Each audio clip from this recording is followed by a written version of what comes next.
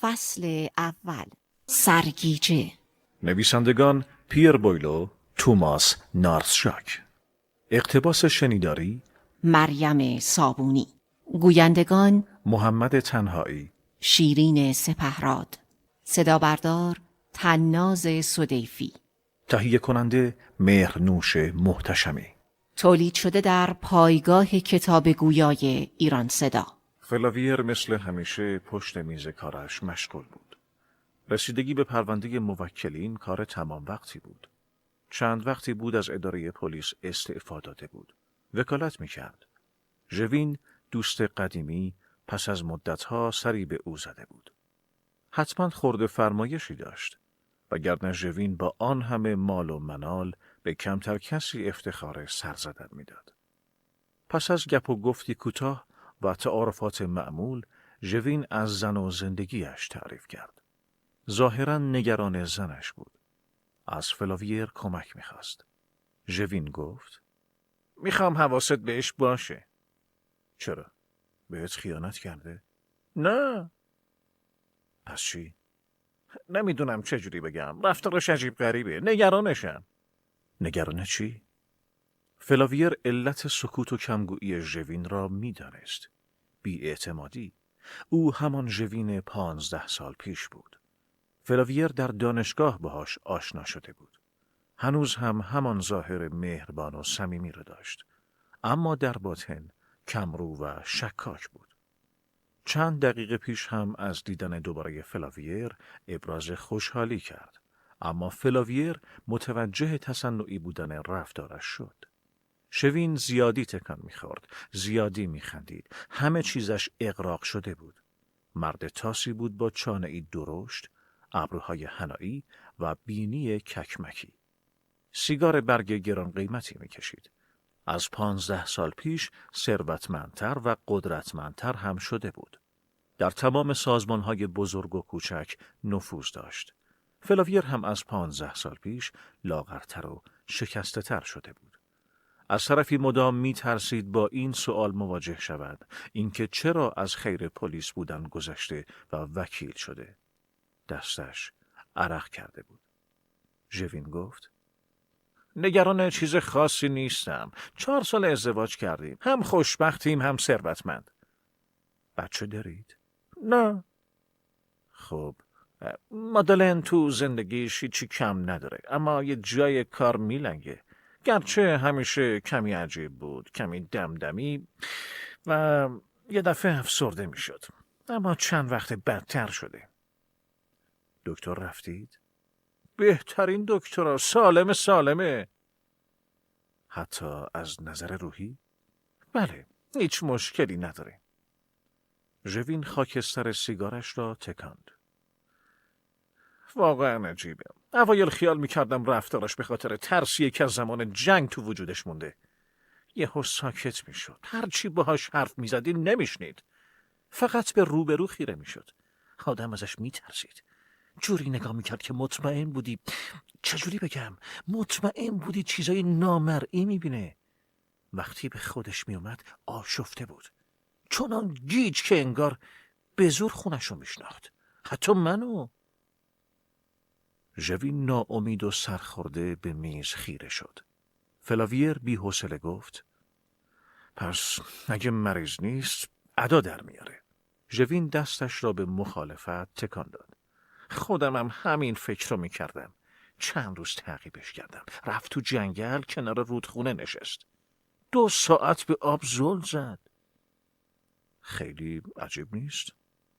چرا؟ انگار تو هپروت بود. شبم گفت که امروز از خونه بیرون نرفته. فلاویر گاهی قادر نبود دست ژوین را بخواند. این موضوع عصبیش میکرد. گفت: ببین، بیا با هم رو راست بشیم. همسرت یا مشکل روحی داره یا دورت میزنه. یا شاید هم ادا در میاره. حالت دیگه ای نداره. ژوین نخ دیگری گیراند و لبخند تلخی زد. این خودم فکر میکنی. اما مطمئنم مادلن به هم خیانت نمیکنه. دکترشم مطمئنم کرده. روح و روانش سالمه. از طرفی چرا باید ادا در بیاره؟ چی بهش میرسه؟ حتی مفرح هم نیست. کی حاضر 2 ساعت توی جنگل وقت تلف کنه؟ باهاش حرف زدی؟ آره، ازش پرسیدم وقتی میره تو فکر چه حسی داره. گفت نگرانم نباش. توهم نداره. فقط مثل بقیه نگران اوضاعه. ناراحت نشد؟ چرا؟ حتی خجالت کشید. دست باچه شد. حس نکردی دروغ میگه؟ نه، اتفاقا برعکس. وحشت کرده بود. شاید خندت بگیره، اما حالت صورت شبیه قهرمان فیلم شده بود. منظورم وقتیه که کسی متوجه کشف و شهودشون میشه. همونقدر آشفته و پریشون. چشاش دو میزد. فلاویر پوزخند زد. دست بردار. لابد میخوای بگی همسرت عارف شده. میدونستم باور نمیکنی. البته مثل خودم. مذهبیه؟ در حد بقیه. یه شنبه میره کلیسا. البته از اشرافی گریشه. پیشگویی که نمیکنه. نه، ناگهان فکری سراغش میاد و میبردش به دنیای دیگه. ناخواسته؟ کاملا. از وقتی مراقب بشم خیلی چیزا فهمیدم. حس میکنه مصیبت نزدیکه. سعی میکنه راه بره، حرف بزنه، میره دم پنجره. انگار هوا کمه. صدای رادیو رو زیاد میکنه. تو این حین اگه منم حرفی بزنم یا شوخی کنم سعی میکنه تمرکز کنه. اما اگه ببینه منم ذهنم مشغوله و ساکتم، وقوع مصیبت حتمیه. یه گوشه خشکش میزنه. به نقطه نامعلوم خیره میشه. کمی بعد آه میکشه. دستی به پیشونیش میکشه و چند دقیقه شبیه خوابگردا میشه. حرکاتش بریده است؟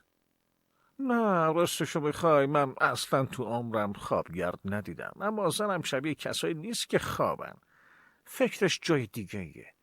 انگار یکی دیگه میشه. میدونم احمقانه است، اما بهترین توصیف همینه. دیگه خودش نیست. اضطراب در چشمهای ژوین موج میزد. فلاویر آرام گفت: یکی دیگه؟ این که غیر ممکنه. به نظر عوامل خارجی باعث این حالت ها نمیشه؟ پس بذار کامل بگم. مادر بزرگ مادلین، پاولین، زن عجیبی بوده. زمانی که 13-14 سال داشته، تشنج‌های عجیبی بهش دست میداده. پرستاراش سر و صدایی غیر عادی از اتاقش میشنیدن. صدای ضربه به دیوار؟ بله. صدای شبیه کشیدن مبل روی زمین؟ بله. خب تو خیلی از دخترای این سنی دیده شده. دلیلش هم مشخص نیست. اما خیلی طول نمیکشه. تو این مسائل سررشته‌ای ندارم. اما پاولین هیچ وقت به حالت عادی برنگشته. یه مدت گوشه گیر شده، بعد ازدواج کرده. آخر سرم بی دلیل خودشو کشته. چند سالش بوده؟ 25. همسن الان مادره. هر دو سکوت کردند. فلاویر چانه اش را خاراند. همسرت قضیه رو میدونه؟ نه، منم از مادرش شنیدم. مادرشم که مرده. اگه میدونستم ممکنه مادلنم گرفتار همون وضع شه، اطلاعات بیشتری از مادرش میگرفتم.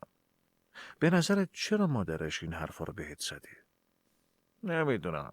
تا جایی که یادمه تصادفی بود. دلیل خاصی نداشت. اما تأکید کرد که مادلن به هیچ وجه چیزی نفهمه. بالاخره دلیلی داشته که خودکشی کرده؟ نه، حداقل دلیل نامعلومی داشته. خوشبخت بوده، یه پسر چند ماهه داشته. همه انتظار داشتن حالا که مادر شده روحیش خوب بشه. اما اشتباه میکردن. هنوزم نمیدونم ارتباطش با همسرت چیه. ژوین مستعسل گفت: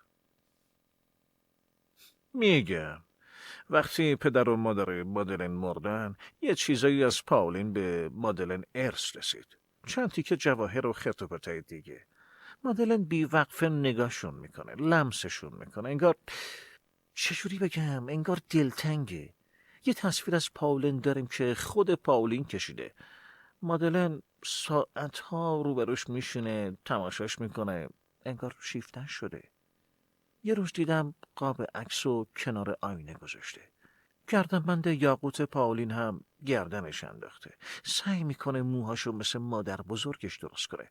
تازگی موهاش همیشه همون شکلیه. همسرت شبیه مادر بزرگشه؟ کم و بیش. خب برگردیم سر سوال اولم. از چی نگرانی؟ ژوین آه کشید و گفت حتی جرأت نمی کنم افکارم رو به زبون بیارم. اما مطمئنم مادلن فرق کرده. گاهی با خودم میگم نکنه اصلا مادلن نیست.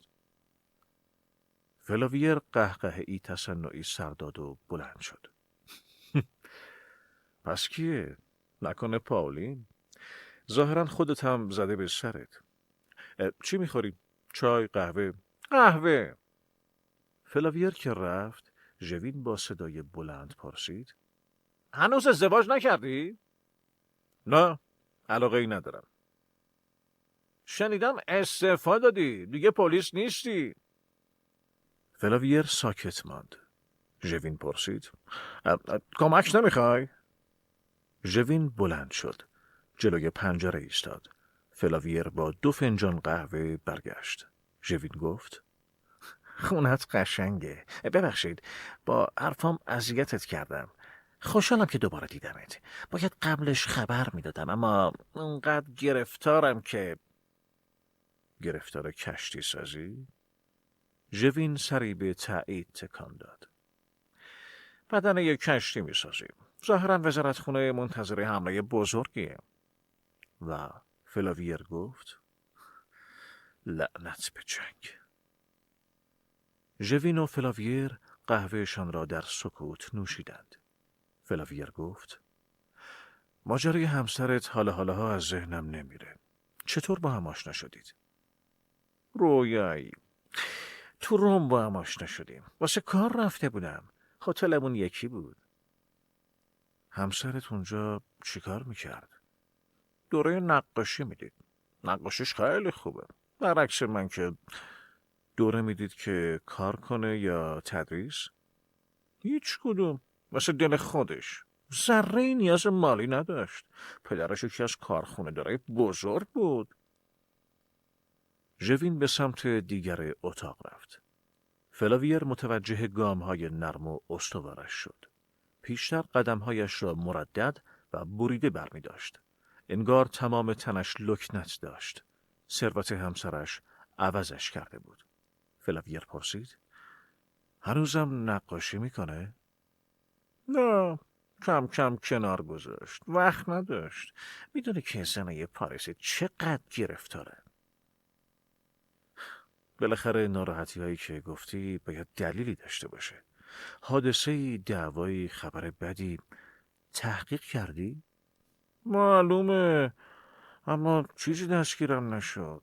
ضمن اینکه هر هفته چند روز اینجا نیستم. این حالتاش وقتی اینجا نبودی شروع شد؟ نه، بودم. تازه برگشته بودم. شنبه بود.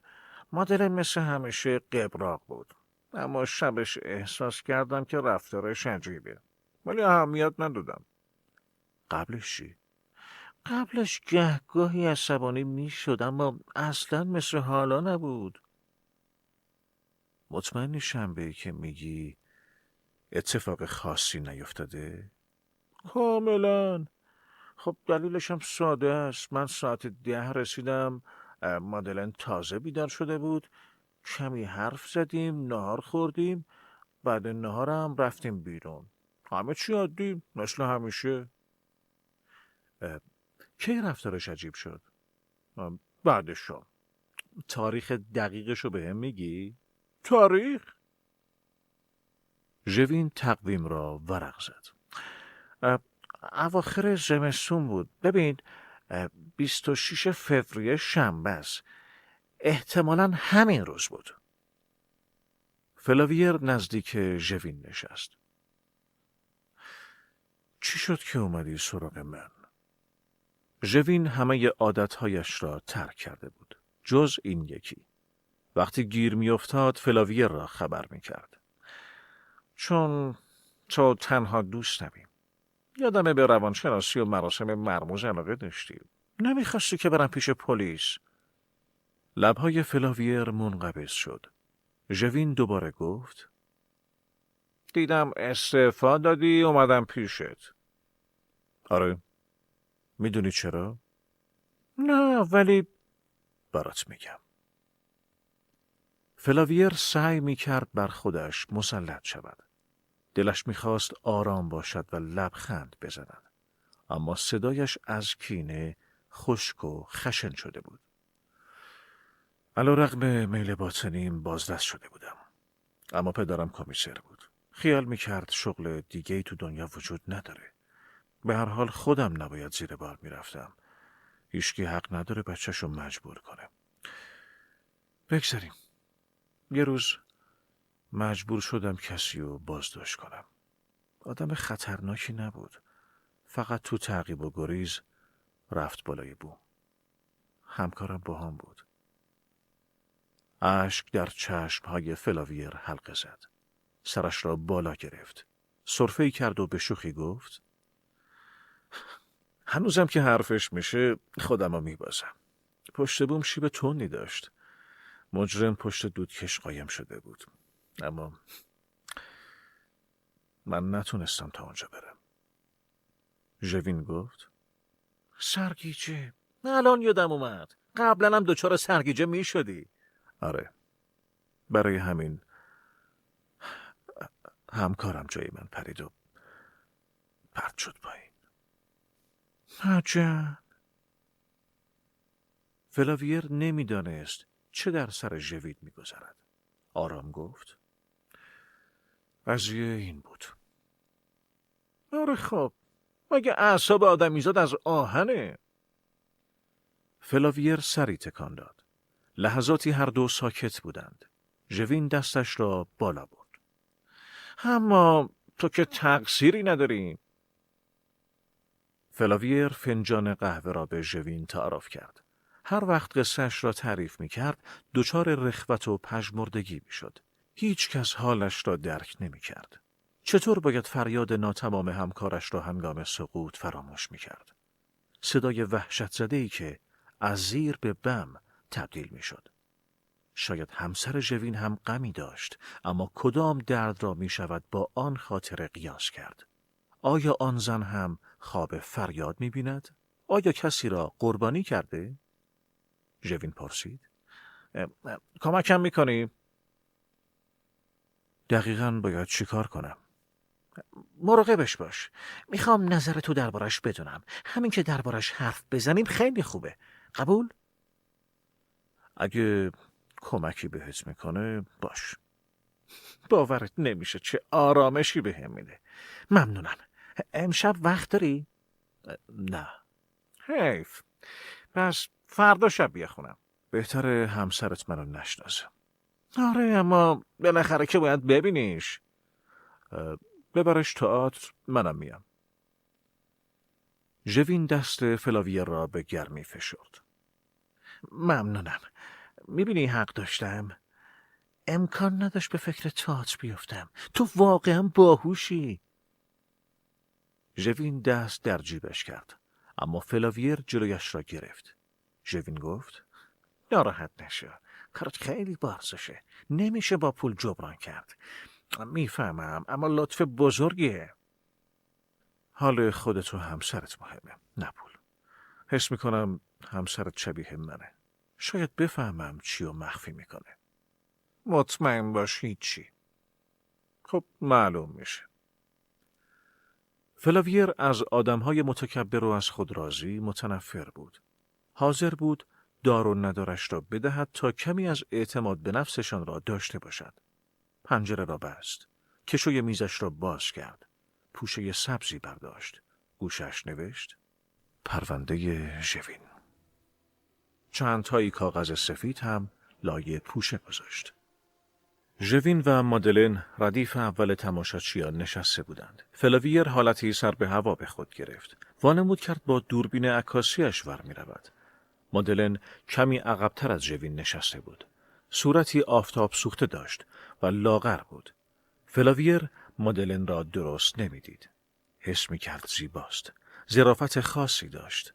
ظرافتی که شاید از موهایش می آمد. فلاویر نمیدانست مادلن چطور حاضر شده ژوین بدترکیب را به همسری بپذیرد. چطور تحملش میکرد؟ تمام سالن محو تماشای نمایش بودند. فلاویر زیر چشمی نگاهی به مادلن کرد. مادلن حقیقتاً یک تابلوی نقاشی زنده بود. جواهراتش می درخشید، درست مثل چشمهایش. فلاویر میخواست از مادلن عکس بگیرد، اما حالا اطمینان داشت هر جا او را ببیند میشناسد. بعد هم از فکر تعقیب و تماشای مادلن مضطرب شد. صدای تشویق تماشاچیان بلند شد، اما مادلن در همان حالت قبلی مانده بود. با شکوه چون مجسمه های آشنا در موزه ها. پرده نمایش را کشیدند. جمعیت به سمت در راه افتادند. فلاویر هم دنبالشان رفت. جلوی در با ژوین و مادلن برخورد کرد. از چند قدمی مادلن گذشت. قلبش تند میزد. نفسهایش به شماره افتاده بود. در راه خانه چهره مادلن را تجسم کرد. لحظه ای از نظرش دور نمیشد. دیگر حرفهای ژوین را نمیفهمید.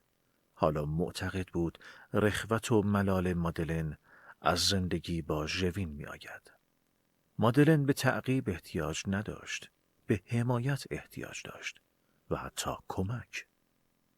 فلاویر از تصور عشقش به مادلن ترسید. افکار مزاحم را از سرش پراند. به خود قبولان که مادلن فقط کمی ضعیف شده. چاره کار هم دارای تقویتی است. وقتی به خانه رسید، فوری طرف تلفن رفت. میخواست به ژوین بگوید کاری برایش پیش آمده و باید برود سفر. دلش نمیخواست آرامشش را سلب کند. آن هم به خاطر مردی که سالها یادی از او نکرده بود. با این همه دستش به تلفن نرفت. شام مختصری خورد و به خواب رفت. خواب مشوشی بود. وقتی هم بیدار شد، یادش آمد باید پی مادلن برود. از خوشحالیش خجالت کشید. نهار را در رستوران همیشگیش خورد و راهی خانه ژوین شد. خانه ژوین بنایی مجلل بود که ماشینی آخرین مدل روبرویش پارک شده بود. فلاویر در کافه‌ای مشرف به خانه منتظر مادلن نشست. فنجانی قهوه سفارش داد و داغ داغ نوشید. کمی روزنامه خواند تا بالاخره مادلن در چارچوب در ظاهر شد. با کت و دامنی خاکستری و کیفی سیاه. زن دور و برش را نگاهی کرد و دستکش توریش را پوشید. فلاویر مایل بود مادلن را روی بوم نقاشی بیافریند.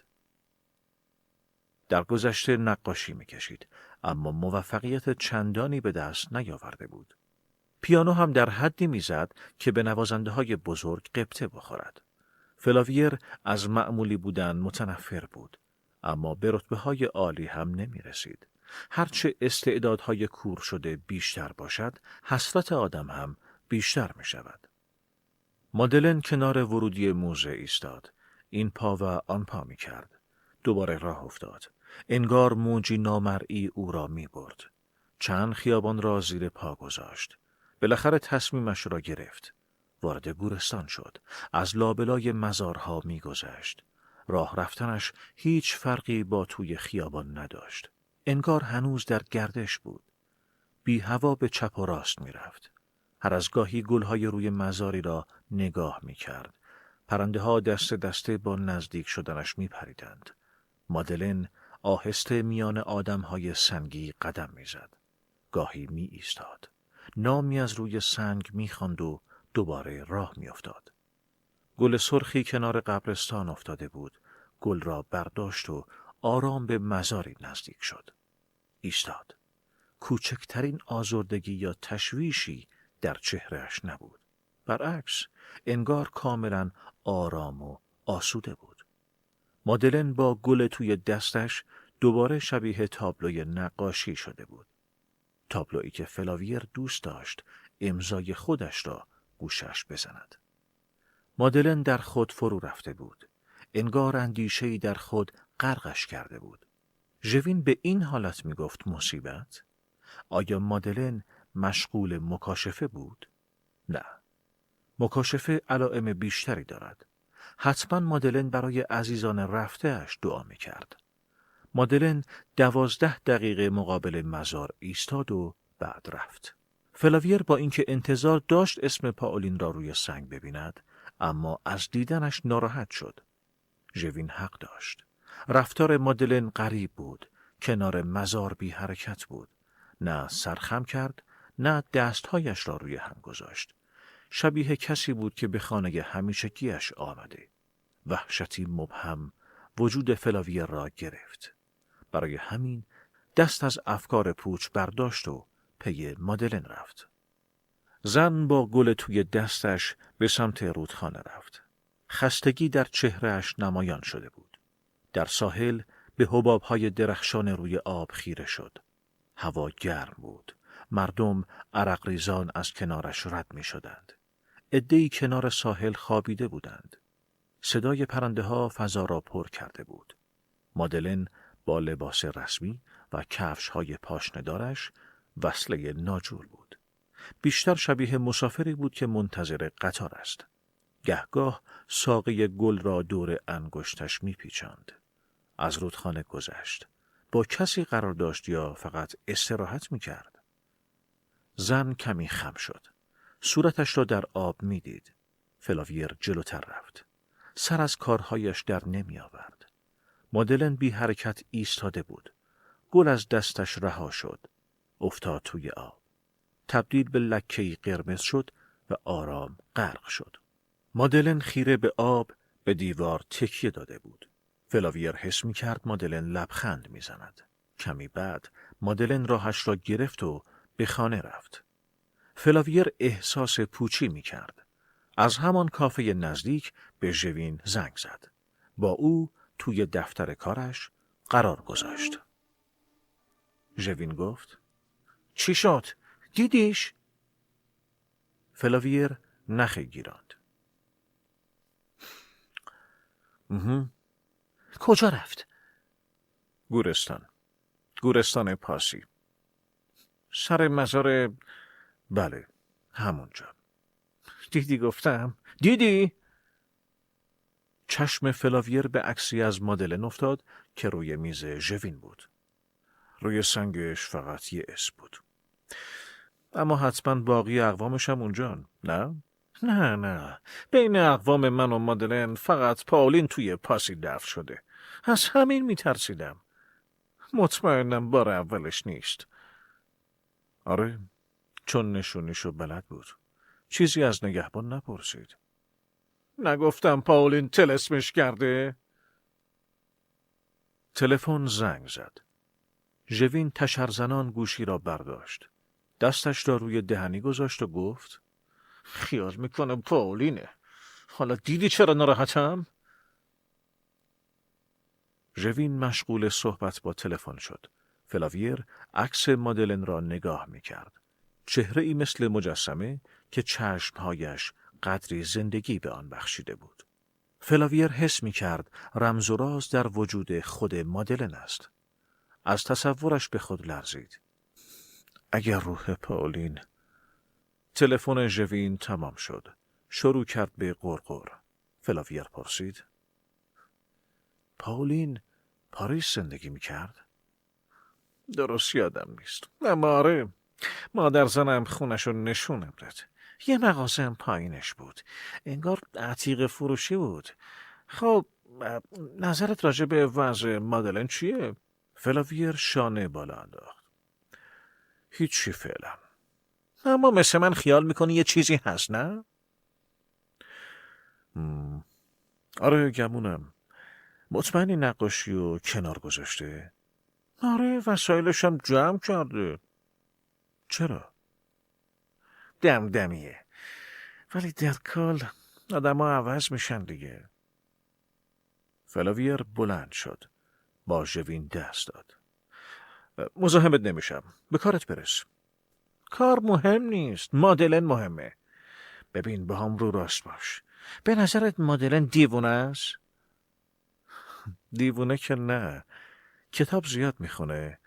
عادت یا خلق و خوی خاصی داره؟ نه، اندازه بقیه کتاب میخونه. بیشتر مجلات روز رو میخونه. بازم تعقیبش میکنم. انگار از این کار خوشت نمیاد.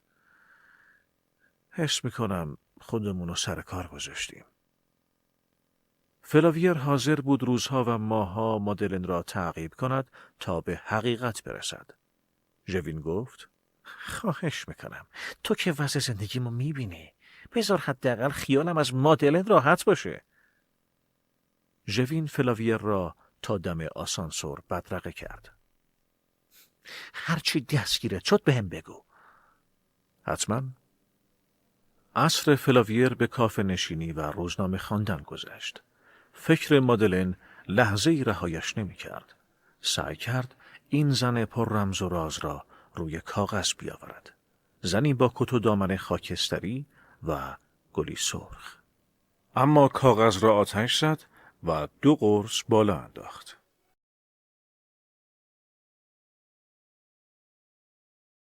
فصل دوم. مادلن مثل روز قبل بعد رفتن ژوین از خانه بیرون زد. لباس قهوه‌ای ساده‌ای پوشید. جوانتر به نظر می رسید. با قدم‌های تند از خیابان‌ها می‌گذشت. توجهی به ماشین‌ها نداشت. فلاویر ناخودآگاه نزدیکتر شد تا مراقبش باشد. عطرش را استشمام می‌کرد. یادآور بوی زمین باران خورده و گل پژمرده. همان بویی که دیروز در گورستان به مشامش رسیده بود. انگار خانه مادر بزرگش را تداعی می‌کرد. فقط یک خیابان مانده بود تا حدسش به یقین تبدیل شود. مادلن توی همان خیابان پیچید. فلاویر ترجیح میداد حدسش درست نباشد. مادلن جلوی خانه‌ای که ژوین تعریفش را کرده بود ایستاد. خانه‌ای که زیرش عتیق فروشی بود. ژوین فقط یک نکته را نگفته بود. شاید هم نمیدانست. خانه حالا هتلی خانوادگی بود با 20 اتاق. هتلی کوچک و تمیز. روی درش تابلویی نصب شده بود. اتاق نداریم. مادلن وارد هتل شد. دقیقه‌ای بعد هم فلاویر. زن مسنی که پشت میز بود سرش را بلند کرد. فلاویر گفت: اتاق نمیخوام. اومدم اسم خانمیو که قبل من اومد بپرسم. جناب علی. فلاویر کارت شناسایی سابقش را به زن نشان داد. عادت نداشت چیزهای قدیمی را دور بریزد. برای اولین بار عادتش به کار آمد. زن کارت را بررسی کرد و گفت: اسمشون خانم ژوینه. اولین بار میبینیدش؟ نه بابا زیاد میاد. کسی هم تو اتاقش راه میده؟ زن زیر چشمی نگاهی به سرتاپای فلاویر کرد. از اوناش نیست. هیچ وقت مهمون نداشته؟ نه پس اینجا چی کار میکنه؟ فضولش به ما نیومده. کدوم اتاقه؟ 19 طبقه 3. اتاق خوبیه؟ بهتر از اونم داریم. خودش اونجا رو دوست داره. چرا؟ میگه پنجرش به حیاط وا میشه. اتاقو اجاره کرده؟ واسه یه ما. کی؟ زن دفتری را باز کرد و ورق زد. 3 هفته است از اول بهار. چقدر تو اتاق میمونه؟ معلوم نمیکنه. یه روز 1 ساعت، یه روز کمتر. چمدون نمیاره؟ نه هر روز میاد؟ نه 2-3 روز یه بار. رفتارش براتون عجیب نیست؟ رفتار تو عجیب تره. بعد عمری هتل داری میفهمی همه عجیبه. تلفنم میزنه؟ نه اینجا چند وقت هتل شده؟ زن پشت چشمی نازک کرد و بی‌حوصله گفت: 5 سالی هست. قبلش چی بود؟ خونه. در مورد زنی به اسم پاولین چیزی شنیدید؟ نه ولی اگه تو این هتل بوده دفتر رو بگردم. فلاویر پژمرده گفت: نه ممنون. خوش اومدی. فلاویر از خودش به عنوان بازرس ناامید شد. حتی مهارت بازجوییش را هم از دست داده بود. از هتل بیرون آمد. هزاران سؤال در ذهنش جوانه زد. چرا اتاقی که به حیاط پنجره دارد؟ اگر اتاق پاولین بوده، مادلن از کجا می‌داند؟ او حتی ماجرای خودکشیش را هم نمی‌داند. پس چرا به این هتل می‌آید؟ تلقین؟ مکاشفه؟ اختلال شخصیت؟ نه، هیچ کدام قانعش نمی کرد. مادلن غیر عادی نبود. دکترها هم تایید می کردند. مادلن حدود نیم ساعت بعد از هتل خارج شد. تاکسی گرفت. فلاویر هم دنبالش. مادلن نزدیک یکی از سواحل معمولی پاریس پیاده شد. فلاویر سر در نمی آورد. چرا اینجا؟ میان این همه ساحل زیباتر؟ اصلا این گردش چه معنایی داشت؟ فرار از مردم؟ شاید هم برای تمرکز روی افکارش همواره نیاز به تماشای جریان آب داشت. فلاویر شباهت‌هایی بین خود و مادلن حس می‌کرد. قدری ایستاد تا مادلن فاصله بگیرد. این مکان اصلاً ظرافتی نداشت. ساحل پر از شن و سنگ بود و دورتر جرثقیل‌ها و دود کارخانه‌ها به چشم می‌خورد. چرا مادلن اینجا را انتخاب کرده بود؟ تا کجا می‌خواست برود؟ بالاخره جلوی کافه‌ای با میز و صندلی‌های زوار در رفته ایستاد. پاتوق دریا نوردان بود. روی صندلی نشست. قلم و کاغذی از توی کیفش درآورد. شروع به نوشتن کرد. فلاویر خیال کرد مادلن کسی را دوست دارد که به خدمت رفته. حالا هم دلتنگ اوست و برایش نامه می نویسد. چه فکر احمقانه‌ای. چرا برای چنین کاری آواره خیابان‌ها شود؟ چرا به چنین جایی بیاید؟ مگر در خانه مجالی نمی‌یابد؟ مادلن سریع می‌نوشت.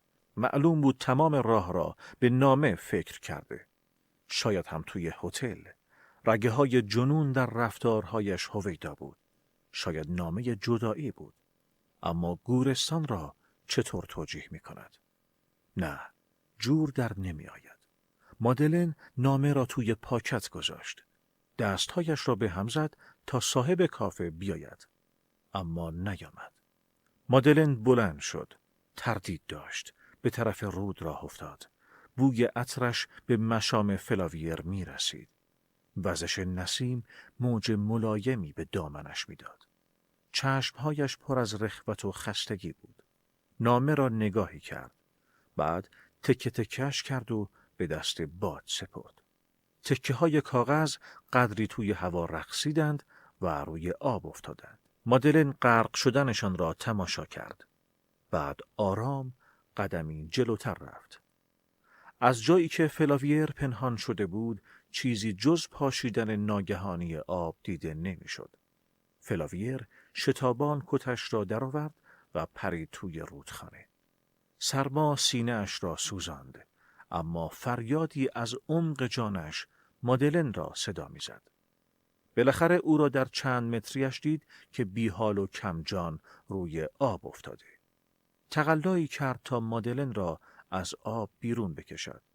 خزه و جلبک دور پاهایش را گرفته بود.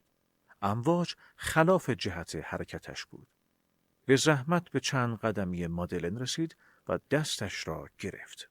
سنگین بود. به زحمت و کشان کشان مادلن را تا پله ای برد. نداشت. پس از چند ثانیه مادلن تکان خورد. فلاویر گفت: زنده اید؟ مادلن چشمی چرخاند و گفت: مردنم بد نبود. فلاویر فریاد زد: احمق، بس کن! مادلن را بر شانه‌اش گذاشت. با پایی کم جان و لرزان تا دم کافه رفت. ببخشید، کسی اینجا هست؟ بله. زنی از آشپزخانه بیرون آمد و کنجکاوانه به فلاویر و مادلن خیره شد. فلاویر گفت: معذرت میخوام. میشه به همون لباس بدید؟ یا هرچی که بشه لباسامونو عوض کنیم. زن سری تکان داد. بشینین. زن رفت. فلاویر حالا دیگر مطمئن شده بود مادلن عادی نیست. به خودش قول داد هرگز لحظه ای از او غافل نشود. زن با چند تکه لباس کهنه برگشت. فلاویر تاکسی تلفنی خبر کرد و سوار شدند. فلاویر گفت: خونتون کجاست؟ عجله نیست. اول بریم خونه شما. به هر حال نشونتون لازمه. مادلن نشانی را گفت. ژوین هستم. شوهرم کارخونه کشتی سازی داره. منم وکیلم. فلاویر. مادلن شیشه را پایین آورد. حتما خیلی از دستم عصبانین. نمیدونم چرا اینجوری شد. من میدونم. میخواستید خودتون رو بکشید. فلاویر منتظر جواب بود. صدایی نیامد. دوباره گفت بهم اعتماد کنید. سعی میکنم احساستون رو درک کنم. قضیه این نیست. خودم رو پرت کردم تو آب، اما باور کنین نمیدونم چرا. بالاخره بعد از اون نامه صورت مادلن قرمز شد. برای شوهرم نوشتم، اما چیزی که نوشته بودم اونقدر احمقانه بودی که پارش کردم. فلاویر حرفی نزد. مادلن دوباره گفت آقا، به نظرتون ممکنه آدم دوباره دنیا بیاد؟ یعنی منظورم اینه که بمیره بعد با بدن یکی دیگه دنیا بیاد. فلاویر ساکت بود. مادلن دوباره گفت میبینی؟ جوابی ندارین. خیال میکنین دیوونم. نه، اما من دیوونه نیستم، اما خاطراتم خیلی قدیمی تر از سنمه. خیلی قبل از بچگیم. حس میکنم زندگی دیگه هم داشتم. کم کم میفهمم. ببخشید نمیدونم چرا اینا رو به شما گفتم. بگید، خوشحال میشم. چیزای جلوی چشم میاد که هیچ وقت ندیدم. چهرهایی که فقط تو ذهنم. من گاهی خیال میکنم پیرم. احتمالاً مریضم، اما اگه مریض بودم حتما خاطراتم بی سر و ته بود، نه اینقدر واضح. از قبل تصمیم گرفته بودید که بپره توی آب یا ناگهانی شد؟ انگار از قبل. نمیدونم، مطمئن نیستم. حس میکنم روز به روز با خودم غریبه تر میشم. زندگی واقعیم تو گذشته است. خب چرا باید زندگی کنم؟ مرگ برای همه چیزی غیر از زندگی، اما برای من این حرفا رو نزنید. کمی به فکر شوهرتون باشید. بیچاره شوهرم اگه میدونست. نباید بدونه. این رازیه بین من و شما. محبت صدای فلاویر مادلن را به وجد آورد. چه وکیل کار بلدی. خیالم راحت شد. شانس آوردم شما از اونجا رد می شدی. با کارفرمام قرار داشتم. اگه هوا خوب نبود با ماشین می اومدم. منم می مردم. تاکسی ایستاد. فلاویر و مادلن پیاده شدند و به سمت خانه راه افتادند. فلاویر گفت خونه خیلی به هم ریخته است. معذرت میخوام. تنها زندگی کردن این چیزا هم داره. البته سرم خیلی شلوغه. کسی در راهرو و راه پله نبود. وگرنه فلاویر خیلی معذب میشد. به محض اینکه فلاویر در را باز کرد، صدای زنگ تلفن بلند شد. حتما یکی از موکلامه. بفرمایید بشینید. بعد به طرف تلفن دوید. بله. ژوین پشت خط بود. کجایی؟ 2 بار زنگ زدم. میخواستم بهت بگم که یادم افتاد پاولین چجوری خودکشی کرده. خودشو پرت کرده تو آب. امیدوارم کمکت کنه. تو چه خبر؟ فلاویر گفت بعدم برات میگم. الان مهمون دارم. فلاویر گزارش 9 روز تعقیب مادلن را مرور کرد. نمیدانست گزارش روز 10 را با چه واژه‌هایی بنویسد. بنویسد دوستش دارم یا زندگی بدون او برایم ممکن نیست؟ فلاویر عاشق شده بود. عشق آرام و بی صدا در دلش زبانه می کشید. در حالی که مادلن او را فقط دوستی صمیمی و دلسوز می پنداشت. فلاویر پرونده را بست. دستهایش را پشت سرش قفل کرد. دوباره به فکری تکراری فرو رفت. بیماری مادلن. رفتار و حرفهایش را مرور کرد. مادلن بیمار نبود. اما سالم هم نبود. بخش تاریک و روشن وجودش تضاد چشمگیری داشت. گاهی به زندگی عشق می‌ورزید و گاهی کرخت و رازآلود بود. روزها می‌گذشت و فلاویر مشغول مأموریت دوست داشتنیش بود. لحظه‌هایش با مادلن رنگ و بوی دیگری گرفته بود. مادلن همیشه به موقع سر قرار حاضر می‌شد. یک روز که مشکی پوشیده بود، فلاویر به محض دیدنش گفت عجب، مشکی پوشیدی. عاشق این رنگم. دوست دارم همیشه مشکی بپوشم. چرا؟ خیلی دلگیره. نه، آدمو بزرگ و عاقل نشون میده. مجبور میشه خودتو جدی بگیری. خب اگه سبز و آبی بپوشی خودتو جدی نمیگیری؟ نه، حس میکنم جنگل رو رود خونم. نمیدونم، بچه که بودم خیال میکردم رنگا قدرت جادویی دارن. واسه همین دوست داشتم نقاشی بکشم. منم نقاشی رو دوست دارم، اما استعدادشو نداشتم. مهم رنگه، نقاشی اهمیتی نداره. دوست دارم نقاشیتو ببینم. چیز دندونگیری نیست. اصلا معلوم نیست چیه. مثل رویا. خوابای تو هم رنگیه؟ نه، خاکستریه، مثل فیلمای سیاه‌سفید. پس نمیفهمی. مادلن خندید تا به فلاویر بفهماند شوخی کرده. دوباره گفت خیلی قشنگتر از واقعیته. تصور کن، رنگا هم دیگر رو میبلن و در بر میگیرن. آدما مثل مرجان میشن، مثل گل و گیاه. فلاویر غرق اعترافات شیرین مادلن بود، اما حواسش به مأموریتش هم بود. مادلن از دنیاها و زندگیهای متفاوت گفت. فلاویر با حوصله و بی هیچ نشانی از حیرت حرفهایش را شنید و بعدش پرسید تو کجا به دنیا آمدی؟ نزدیک مرز، جایی که همیشه جنگ بود. پدر مادرم فقط منو داشتن. مادرم همیشه مریض بود، پدرم هم همیشه تو کارخونه. بچگی خوبی نداشتم. بچه که بودی رویا داشتی؟ حست نسبت به گذشته همین جوری بود؟ نه، چطوری شروع شد؟ نمیدونم. ناگهانی، خیلی وقت نیست. یهو حس کردم تو خونه خودم نیستم. مثل وقتایی که بیدار میشی نمیدونی کجایی. ببین، من یه سوالی دارم که نگرانم عصبانیت کنه. بپرس. هنوزم به مردن فکر میکنی؟ مادلن ایستاد. آرام به فلاویر خیره شد. معلومه هنوز حرفامو درک نکردی. جوابمو بده. خواهش میکنم اصرار نکن. اصرار میکنم چون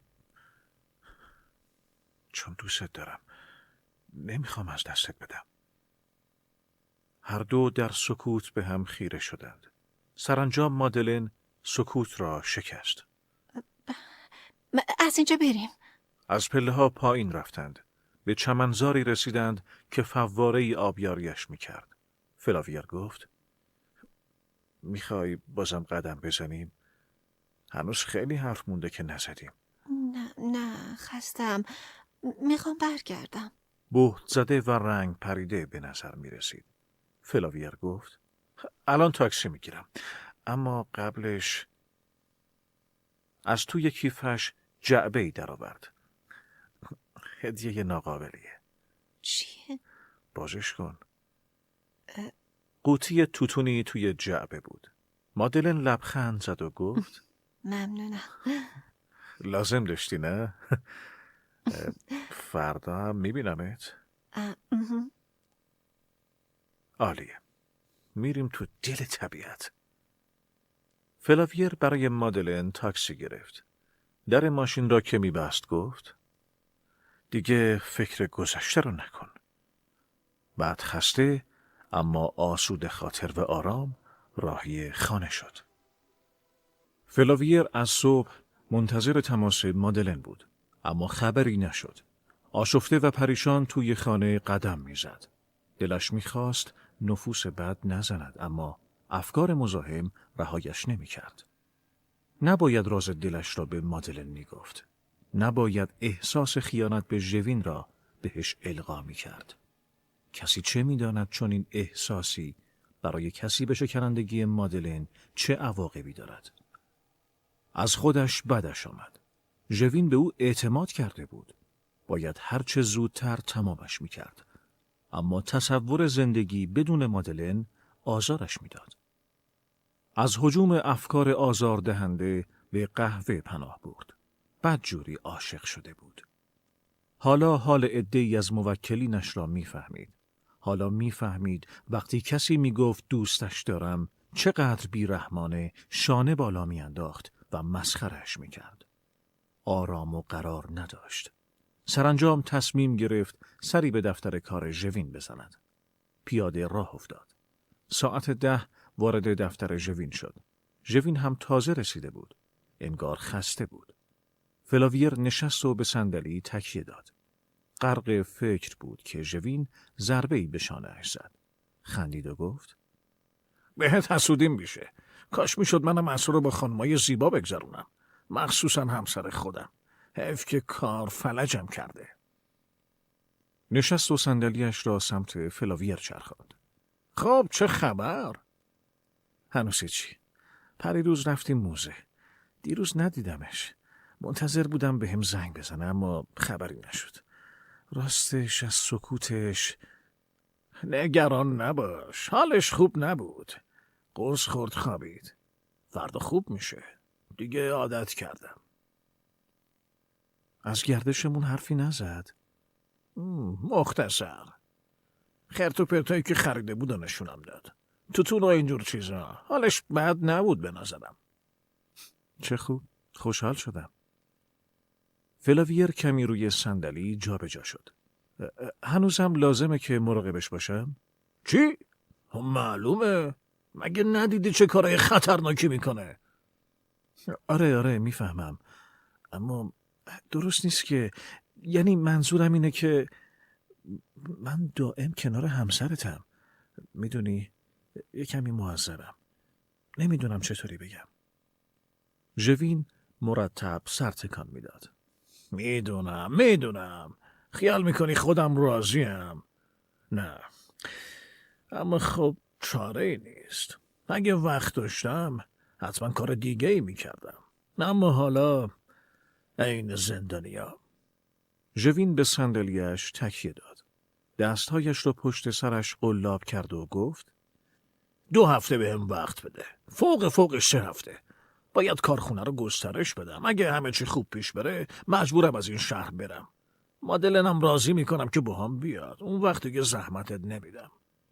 فقط 2 هفته خیالم راحت کن. فلاویر وانمود میکرد که مردد است. اگه بیشتر از 2 هفته نمیشه... قول میدم. خیلی خوب. ولی وضعیت منم در نظر بگیر. خیلی زود تحت تاثیر قرار میگیرم. خیال پردازم. تو پسر خوبی هستی. کبریت بی خطری. نظیر نداری. در حال حاضر هیچی مهمتر از امنیت مدل نیست. از چیز خاصی نگرانی؟ نه. به نظرت اگه دوباره بخواد خودکشی کنه موفق میشم جلوشو بگیرم؟ حتما. فکرشو کردم. ببین اتفاقی نمیافته. اگرم بیافته تو هستی. حداقل به هم میگی چی دیدی. از بلا تکلیفی بیزارم. میگم ای کاش واقعا بیمار باشه. ای کاش تو اتاق عمل زیر دست جراح باشه. اینجوری آدم میدونه باید چی کار کنه. اما بلا تکلیفی نابودم میکنه. میفهمم. مراقبشم. نگران نباش. فلاویر مکسی کرد و دوباره گفت: میدونستی زمانی تو یکی از شهرهای مرزی زندگی کرده؟ ژوین خشکش زد. مرزی؟ اصلا حتی یه بارم اونجا نرفتیم. پاولین چی؟ از کجا بدونم؟ قابل حدسه. همسر جاهایی رو که ندیده خیلی خوب توصیف میکنه. جاهایی که احتمالاً پاولین دیده. اونم جوری که انگار مربوط به همین حالاست. نه 100 سال پیش. ژوین در هم شد و دستی به چانه‌اش کشید. چی فکر میکنی؟ فعلا هیچی. خیلی عجیبه. پاولین و مادلن چی؟ حالت خوبه؟ ما تو قرن 21 زندگی میکنیم. من خواستم کمکم کنی. اگه میدونستم خودتم... من که گفتم انجام نمیدم. تنشی ناخواسته بینشان ایجاد شد.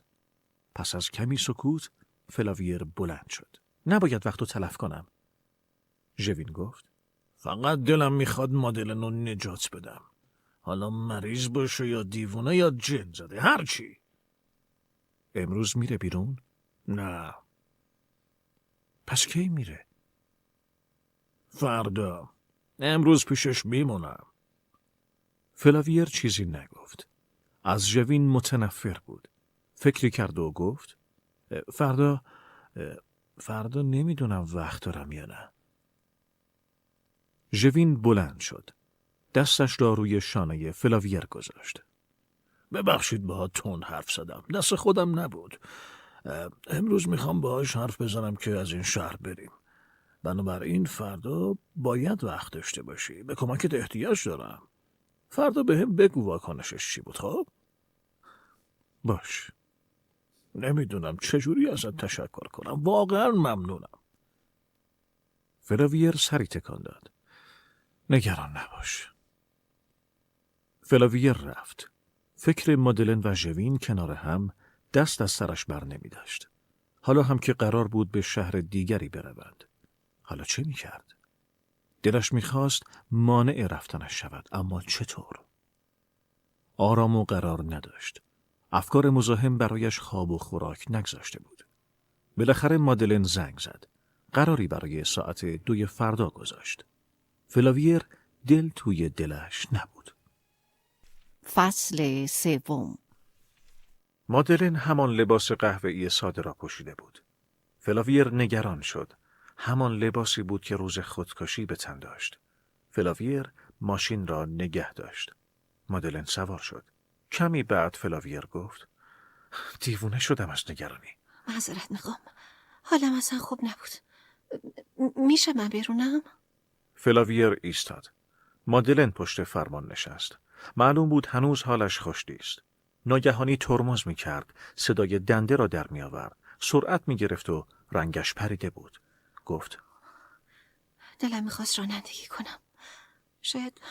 شاید آخرین گردشمون باشه. چرا؟ ممکن است پاریس برم. فلاویر فهمید ژوین با مادلن حرف زده. شاید هم دعوا کرده بودند. فلاویر چیزی نگفت. مادلن کنار جنگل ماشین را پارک کرد. در حین قدم زدن توی جنگل فلاویر پرسید چرا میخوای از پاریس بری؟ نکنه به خاطر منه ها؟ مادلن من نمیخوام زندگی تو به هم بزنم. فقط میخوام دیگه از اون نامه ها که پارش کردی ننویسی. همین. نه موضوعی نیست. اما خوشحالم نیستی. من غم توی چشاتو میبینم. من مثل همیشه هیچ وقت مثل امروز زندگی نکردم. رانندگی بی هدف، قدم زدن بی هدف. کاش همیشه میشد به چیزی فکر نکنم. کاش حیوان بودم. مزخرف میگی. نه، حیوونا فوق‌العاده‌ان. میخورن، میخوابن، نه گذشته‌ای دارن، نه آینده‌ای، نه گناهی. فلسفی شد. نمیدونم فلسفیه یا نه. فقط دلم میخواست مثل اونا باشم. ساعتی در سکوت قدم زدند. سرانجام به کلیسای قدیمی رسیدند. فلاویر غرق در افکارش بود که مادلن پرسید این کلیسا رو میشناسی؟ چی؟ آها نه تا حالا ندیدمش. میخوای بریم؟ عجیبه. یه قسمتش معماری رومیه، یه قسمتش مدرن. بعید جالب باشه. ناقوسش خیلی بلنده. فلاویر در را باز کرد. آرام بین صندلی‌های چوبی قدم زدند. مادلن صلیب کشید و بر معبد خاک گرفته‌ای زانو زد. فلاویر خیره مانده بود. مادلن، تو آدم معتقدی هستی؟ مادلن کمی چرخید. رنگش پریده بود. آنقدر که فلاویر گمان کرد بیمار است. مادلن، خوبی؟ آره چیزی نیست. اینجا هیچی تموم نمیشه. وحشتناکه. چند دقیقه صورتش را میان دستهایش گرفت. بالاخره گفت بریم. مادلن رو به محراب صلیب کشید. فلاویر گفت آره، حالت خوب نیست. آره کمی هوا بخورم بهتر میشم. از کنار جایگاه اعتراف گذشتند. فلاویر دلش میخواست مادلن را وادار به اعتراف کند. حیف که کشیش آنجا نبود. کشیش‌ها اعتراف‌ها را فراموش می‌کنند، اما آیا فلاویر هم قادر بود اعتراف مادلن را فراموش کند؟ فلاویر مادلن را دید که سعی داشت چفت در را پیدا کند. در را باز کرد. پلکانی مارپیچ دیده میشد. در این وره. اون پله ها مال برج ناقوسه. میخوام ببینمش. دیره. طولش نمیدم. مادلن از پله ها بالا رفت. فلاویر مجبور بود دنبالش برود. ترسان و لرزان تناب چربی را که جایگزین نرده شده بود گرفت. چند پله بالا رفت. مادلن، یواش برو. مادلن چیزی نگفت. فقط پژواک صدای کفش‌هایش در فضا می‌پیچید. فلاویر از دالان کوچکی گذشت. دیدن منظره از آن ارتفاع حالش را بد کرد. از پنجره دور شد. آهسته تر پیش رفت. حالت تهوع داشت و گفت: مادلن، صبر کن برسم. تپش قلب گرفته بود. پاهایش سنگین شده بود. چشمهایش را بست تا چیزی نبیند. اما خلأ را سمت چپش احساس می کرد. چطوری باید برمیگشت؟ گفت: مادلن! صدایش خفه و وحشت زده بود. مثل کودکی که از تاریکی می ترسد. پله ها بلندتر می شد. وسطشان گود بود. نوری از روزنه بالای سرش به داخل می تابید. سرگیجه در انتظارش بود. بی اراده بیرون را نگاه می کرد. خیلی کند قدم بر می داشت. بالاخره به دری رسید. مادلن، در را باز کن. باز کن. دستگیره را تکان داد. در باز نمی شد. فریاد زد. مادلن، نه! این کارو نکن! مادلن! گوش بده! صدایش در برج ناقوس منعکس می شد. روزنه ای کنار در بود. می شد در را دور زد و به آن طرف رسید. اما برای او غیر ممکن بود. دوباره صدا زد. مادلن! فریاد مادلن پاسخش را داد. بعد هم سایه‌اش و بعد هم صدای خفه ضربه ای که به زمین وارد می شد. فلاویر دستش را جلوی دهانش گرفت. عرق از سر و رویش می ریخت. بی اراده نام مادلن را تکرار می کرد. از حال رفت. روی زمین نشست. خود را روی پله ها می کشید و پایین می رفت. از پنجره پایین را می دید. مادلن با لباس قهوه‌ای، سنگ فرش آغشته به خون، کیفی سیاه رنگ که باز شده بود و فندکی که تویش می درخشید. مادلن مرد. فلاویر هم. فلاویر امیدوار بود مادلن درد نکشیده باشد. حرف بقیه را به یاد می آورد که در مورد همکار مرده‌اش هم می گفتند فرصت نکرده درد بکشد. چیزی حس نکرده. ناقوس خیلی بلندتر از بام خانه‌ای بود که همکارش از آن پرت شد. فلاویر به مادلن نزدیک شد. با دقت تمام نگاهش کرد. باید رنج می کشید. رنج و درد را حق خود می دانست. او باعث این اتفاق شده بود. اشکهایش جسد مادلن را تار و درهم می کرد. فندکی را که به مادلن هدیه داده بود برداشت. دلش می‌خواست حلقه اش را هم از انگشتش در بیاورد و دستش کند. مادلن را در گورستان دیده بود و حالا در گورستان رهایش می‌کرد. هیچ کس نمی‌فهمید مادلن چرا خودکشی کرده. چه کسی آنجا بوده؟ چه کسی جرأت نکرده خود را به او برساند و مانعش شود؟ سوار ماشینش شد. از خودش و زندگیش بدش می‌آمد. تازه جهنم شروع شده بود. ساعتها بی هدف راند. به کافه‌ای سر زد و سفارش داد. یکی دیگر. باز هم یکی دیگر. افکار مزاحم مثل خوره به جانش افتاده بود. یک بار مادلن را نجات داده بود. این بار کاری از دستش بر نیامد. نباید سرزنشش می‌کردند. حتی اگر در را هم دور می‌زد به موقع نمی‌رسید. اصلا اگر امروز هم جان مادلن را نجات می‌داد، او روز دیگری کار را تمام می‌کرد. او دائم در گذشته دست و پا می‌زد. مدام طلب مرگ می‌کرد. پس سرنوشتش همین بود. اصلا به جهنم. فلاویر راه افتاد.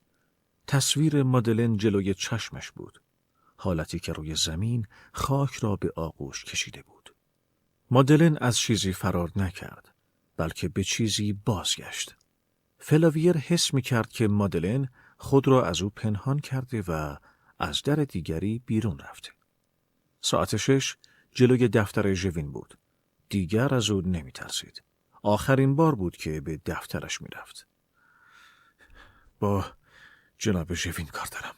فلاویر هستم. وکیلشون. ژوین شتاب زده آمد. بالاخره اومدی؟ چه خبر؟ از چی؟ اومدم بپرسم همسرت کجاست؟ چی؟ فلاویر خسته روی مبلی لم داد. سر قرار نبود. 2 ساعت منتظر شدم. بعد رفتم هتل. بعد گورستان و حالا همینجا. رنگ ژوین پریده بود. دهانش از تعجب باز ماند. با چشمانی گرد شده و صدایی خفه گفت: نیست؟ یعنی چی؟ ها؟ گفتم که همه جا رو گشتم. ژوین فریاد کشید: اصلا میفهمی چی میگی؟ باید پیداش کنیم خیلی زود. ژوین به میز مشت میزد. فلاویر هم از خشم ژوین عصبانی شد. داد زد: کسی که بخواد فرار کنه بالاخره فرار میکنه. نمیشه جلوشو گرفت. فرار؟ خیال میکنی مادلن آدم فراره؟ کاش فرار کرده باشه. میترسم. وای ناخدایا. چی کار کنیم؟ تو میدونی. به پلیس خبر بدیم؟ فلاویر یه چیزی بگو، کاری بکن. فلاویر گفت: پلیس؟ به همون میخندن. هنوز 2 روزم نگذشته. تو آشنا داری. بهشون بگو قبلا میخواسته خودکشی کنه. شایدم الان. فلاویر عصبانی گفت: هنوز که چیزی معلوم نیست. حتما واسه شام برمیگرده. اگه بر نگشت چی؟ پلیس خبر کن.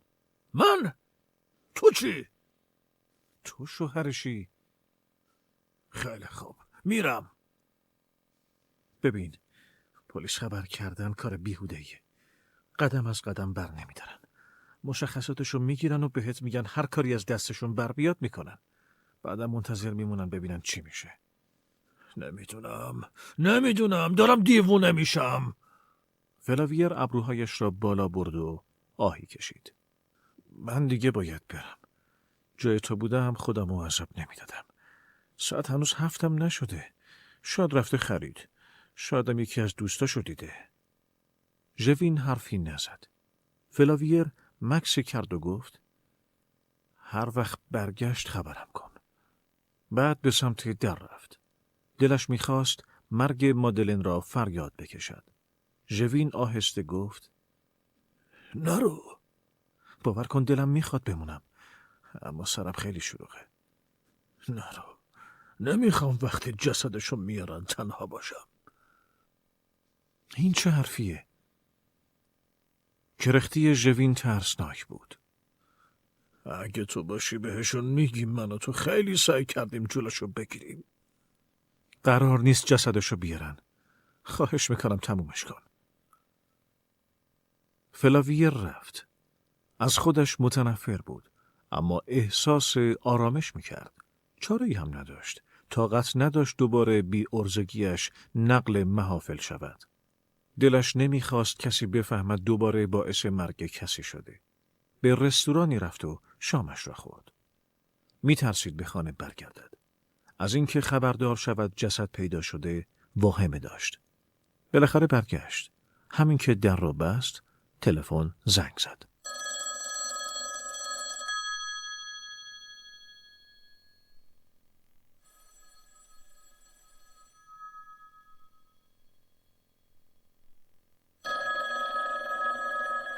الو؟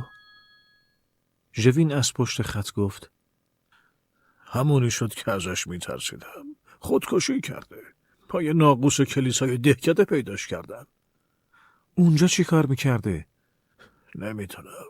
خودشو از بالای برج ناقوس برد کرده. جسدشو بردن بیمارستان. خیلی متاسفم. الان میری اونجا؟ از اونجا میام. گفتم اگه ممکنه کنارم باشی. واقعا شرمندم. سفر کاری برام پیش اومده، ولی تا برگردم میام پیشت. فلاویر ژوین را دلداری داد. خداحافظی کرد و از غم به خواب پناه برد. سپیده نزده بود که فلاویر راهی سفر کاریش شد. سفری که جنگ 4 ساله‌اش کرد. حتی بعد از 4 سال هم نمیدانست به چه امیدی برگشته. برای زنده کردن کدام خاطره. گردش در این شهر غمزده جز اینکه داغش را تازه می کرد چیزی نداشت. پس از ساعتها پرسه زدن وارد کافه ای شد و سفارش داد. پولش را پرت کرد روی میز. عادت جدیدش حالش را به هم می زد. انگار دینی به گردن جماعت داشت که اگر تا آخر دنیا هم جان می کندند جبران نمی شد. به دود سیگار آدمها خیره شد. شبح مادلن توی دودها جان می گرفت. فلاویر هنوز مرگش را باور نکرده بود. از لحظه‌ای که از قطار پیاده شد در عذاب بود. مادلن رهایش نمی کرد. انگار مجسمه‌ای بود که با باد و باران فرسوده نمی شد. تصویری ابدی بود در عمق چشم و جان فلاویر. از کافه بیرون آمد. سوز سرما به سرفه‌اش انداخت. فکر کرد شاید ژوین هم از پاریس رفته باشد. در طول این 4 سال فقط 1 بار جرأت کرده بود باهاش تماس بگیرد. آن 1 بار هم ژوین جواب نداده بود. راهی خانه شد. سرایدار خانه جارو می‌کشید. ببخشید، آقای ژوین منزلن؟ ژوین؟ سرایدار متعجب شد. خیلی وقت مرده، تفلک. فلاویر خشکش زد. آقای ژوین مرده؟ بفرمایید داخل. جارو را تکاند و در اتاقش را باز کرد. فلاویر گفت: من سال 40 از پاریس رفتم. همونه پس. دوستشون بودین؟ از بچگی خبر مرگ همسرش رو بهم داد. اما راهی سفر بودم. عجب، من باهاش بودم. هیچکیو نداشت. پلیس هم شده بود قوز بالا قوز. فلاویر چینی به پیشانیش انداخت. پلیس؟ خیال میکردن آقا زنشو کشته. اما خودکشی کرده بود. بله آقا، اما پلیسا رو که میشناسین خیلی با آقا حسودیشون میشد. زندگیش زیر ذره بین بود. چند بار اومدن اینجا، سوال پشت سوال درباره خودش، زنش، رابطهشون، اینکه آقا موقع قتل کجا بودن، از این حرفا. فلاویر سری جنباند و پرسید: آقای ژوین چطور مرد؟ تو جاده یه روز صبح گفت که دیگه تحمل ندارم، حالا که قراره بیافتم زندون فرار میکنم. بارو بندیلشو جمع کرد و رفت. تو راه ماشینشو به رگبار میبندن، تو راه بیمارستانم تمام میکنه. طفله حقش نبود. شانس نیاوردن، وگرنه زندگیشون خوب بود. فلاویر خجالت زده پرسید: خانومش مشکل روانی داشت؟ نه، فقط انگار همیشه ناراحت بود. بیشترم تیره میپوشید، اما وقتایی که با آقا میرفت بیرون خیلی شاد بود، هرچند با مشغله آقا کم پیش میومد. فلاویر به کلیسایی رفت که مرگ مادلن را رقم زده بود. با زنی حرف زد که مادلن را پیدا کرده بود. پلیس‌ها آنجا هم کلی رفت و آمد کرده بودند. 1 هفته تمام دست از سر زن بر نداشته بودند. چون خیال کرده بودند کسی مادلن را هل داده. اهالی روستا دیده بودند مادلن همراه مردی به کلیسا آمده. فلاویر تازه فهمید چرا ژوین متهم شده. درد فلاویر 2 چندان شد. هم مادلن را از دست داده بود، هم خود را باعث مرگ او و ژوین می‌دانست. به توصیه روانشناسش فوری بلیت سفر گرفت. 4 ساعت تا حرکت قطار مانده بود که باید سپریش می‌کرد. به سینما رفت. فیلم برایش اهمیتی نداشت. صرفاً می‌خواست ذهنش از حرف‌های پیرزن رها شود. پرده سینما روشن شد. زنگ اخبار به گوش رسید.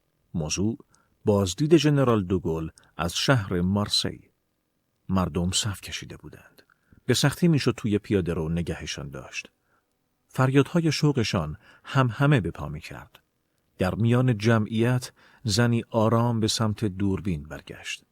زنی با چشمهای روشن، زنی شبیه پورتره‌های نقاشی، زنی شبیه مادلن. فلاویر نیمخیز شد و چشمان وحشت زده‌اش را به پرده سینما دوخت.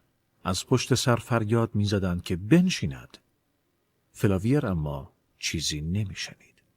فصل پایانی. امکان نداشت مادلن باشد. سانس بعد را هم نشست. برایش مهم نبود به قطار نرسد. منتظر لحظه برگشتن زن به سمت دوربین شد. صورت زن لحظه ای پدیدار شد. دلش ریخت. اشتباه نمی کرد. زن حدوداً 30 ساله بود. صورتش با مادلن مو نمی زد. چشمهایش اصلاً شباهت بیش از حدش قابل انکار نبود. این بار چیز دیگری را هم فهمید. مردی که کنار زن ایستاده بود همسر یا نامزدش بود. هر دو لباسهای فاخری به تن داشتند. به محض تمام شدن اخبار فلاویر از سینما بیرون آمد. صحنه ای از اخبار را به یاد آورد که مرد کلاهش را صاف می کرد. هتلی پشت سرش دیده می شد. 3 حرف از نام هتل در تصویر پیدا بود. پس زن و مرد در هتلی با نامی شبیه آستوریا سکونت داشتند. خب این اطلاعات به چه درد فلاویر می خورد؟ قبول، در مارسی مرد خوشبختی وجود داشت که با زنی شبیه مادلن زندگی می کرد. دیگر باید به دیدن مردان خوشبختی چون او خو می گرفت. هرچند سخت بود و زجرآور. روز بعد بی اراده عازم مارسی شد. نمیخواست بماند. میخواست فقط اطلاعاتی کسب کند. از راه آهن پیاده شد و تاکسی گرفت. آستوریا؟ رولانده گفت. هتل آستوریا؟ فلاویر بی‌حوصله گفت معلومه. وقتی به هتل رسید برای 1 هفته اتاق رزرو کرد. بعد کلید را گرفت، سوار آسانسور شد و از مأمور آسانسور پرسید ژنرال دوگل کی اومد مارسی؟ 10-12 روز پیش. خیلی گذشته بود. فلاویر با علم به بی جواب ماندن سوالش پرسید یه آقایی هست، خیلی خوش لباسه، کراوات مروارید میزنه، ندیدیش؟ نه، اینجا خیلی هم میان و میرن. فلاویر وسایلش را توی اتاق گذاشت. به کافه رفت. سفارش داد و به صندلیاش تکیه داد. شبیه کسی رفتار میکرد که انتظار دوستی را میکشد. زنهای حاضر در کافه را از نظر گذراند. خودش را آماده کرده بود زوج مورد نظر را ببیند، بعد هم دیدنشان را تاب بیاورد و برود. پیشخدمت کنارش آمد و پرسید تنهایید؟ فلاویر دست پاچه گفت بله. بعد هم بی دقت غذایی سفارش داد. کارش احمقانه بود. چرا میخواست آن زوج را ببیند؟ اصلا از کجا معلوم آنجا باشند؟ شاید فقط از پیاده رو رد شده بودند. چرا باید برای پیدا کردن زنی که شبیه مادلن بود شهر را زیر پا میگذاشت؟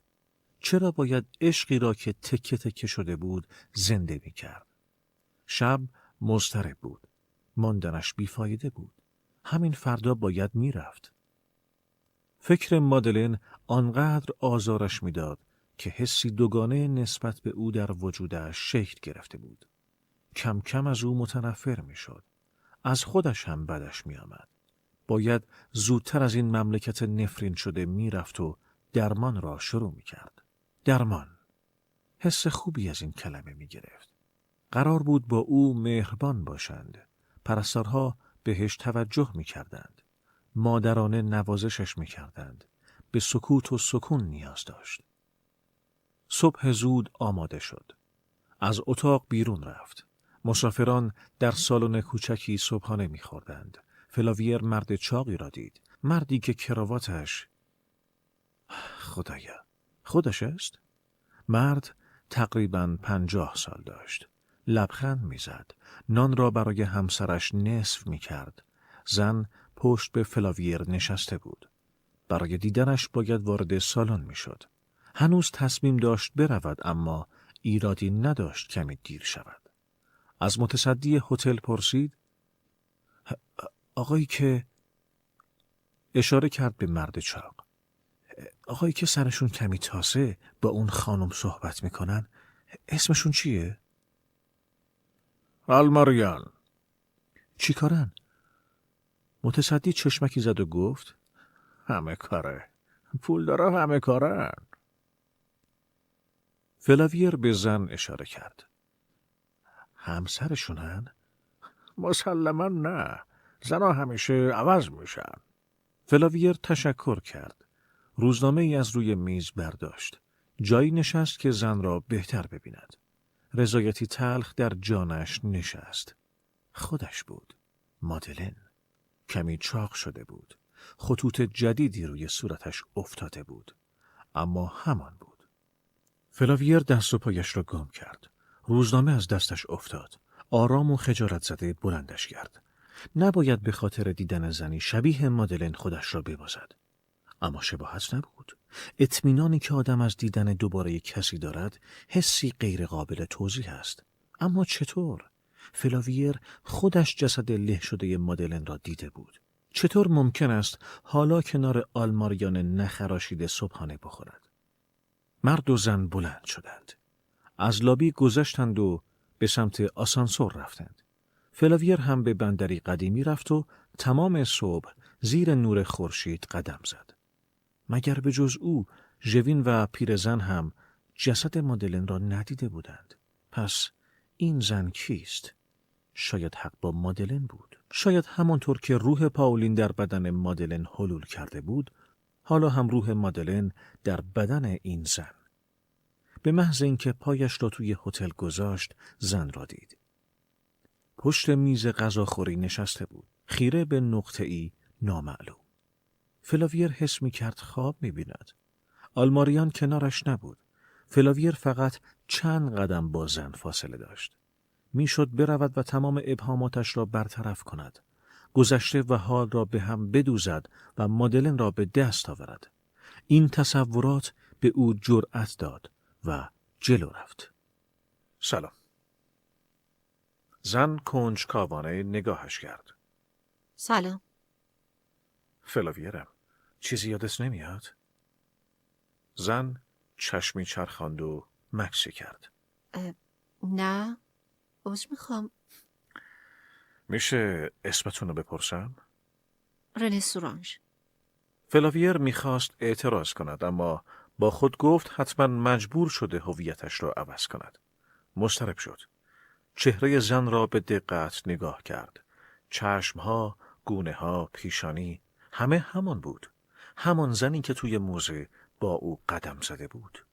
گفت قبلا پاریس بودید، درسته؟ نه، لندن بودم. نقاشی نمی کشیدید؟ نه، گاهی خط خطی میکنم اما نمیشه اسمشو نقاشی گذاشت. روم چی؟ رفتید؟ نه. چرا میخوای فریبم بدی؟ من اصلا شما رو نمیشناسم، چرا باید فریبتون بدم؟ همون صبح شناختیم. زن گیج به نظر می رسید. فلاویر عذرخواهی کرد. به این فکر کرد که مادلن سالها نمیدانست پاولین است. پس شاید رنه هم هنوز نمیداند مادلن در وجودش زندگی می کرده. دوباره گفت اگه فرصت داشتید خوشحال میشم باهاتون صحبت کنم. من اتاق 17 هم. تعظیمی کرد و رفت. از مأمور آسانسور پرسید آلماریان تو کدوم اتاقه؟ اتاق 11. خانومی که باهاشه اسمش چیه؟ رنه سورانژ. اسم واقعیشه؟ مرد بی حوصله نگاهی به سر تا پای فلاویر کرد. شناستمش که اینجوری میگه. صبح روز بعد فلاویر جلوی در اتاق 11 حاضر شد. چند ضربه به در زد. زن پرسید کیه؟ فلاویرم، باز کنید. چشمهای زن سرخ و پف کرده بود. فلاویر پرسید چی شده؟ زن دوباره گریهش گرفت. فلاویر در را بست. خواهش میکنم بگو. میخواد ولم کنه. فلاویر به شوخی گفت چه مصیبتی. خب ول کنه. کمکی از من برمیاد؟ نه. بد اخلاق نباش. پاشو بریم قدم بزنیم. هوا عالیه ها. رنه جلوی آینه نشست تا آماده شود. مشغول مرتب کردن موهایش شد. فلاویر گفت نمیخوای مدل موهاتو عوض کنی؟ چجوری؟ نمیدونم. مثلا شینیام کن. فلاویر بلا فاصله از حرفش پشیمان شد. بلند شد و دم در گفت پایین منتظرم. حسی که فلاویر نسبت به این زن داشت با احساسش نسبت به مادلن فرق داشت. مادلن زنی میان واقعیت و رؤیا بود، اما این زن زندگی را دوست داشت. سعی میکرد شبیه بقیه باشد، زمخت و تکراری. زن از راه رسید. راه رفتنش سبکسرانه بود. آرایش خوبی نداشت. کفشهایش کوتاه‌تر از آنچه بود که باید باشد. فلاویر حتی رغبت نمی‌کرد دستش را بگیرد. رنه مطیع و ترسو بود. فلاویر احساس بدبختی می‌کرد. دوتایی به سمت مرکز شهر راه افتادند. فلاویر از حرفهای زن فهمید تعلق خاطرش به آلماریان برای پول اوست. زنی جنگ زده و فقیر بود که توجهش بیش از هر چیز به پول جلب می‌شد. فلاویر آنچه را می‌خواست در ویترین مغازه‌ای دید. برو تو این مغازه. من که لباس نمیخوام. گفتم برو دیگه. فلاویر رو به فروشنده به کت و دامنی اشاره کرد. فروشنده پرسید کدوم رنگ؟ خاکستری. فلاویر رو کرد به رنه. بپوش لطفاً. رنه با نگاه پرسشگری لباس را گرفت. به اتاق پرو رفت. فلاویر مضطرب قدم میزد. بالاخره در اتاق پرو باز شد. فلاویر هیجان زده برگشت. دلش ریخت.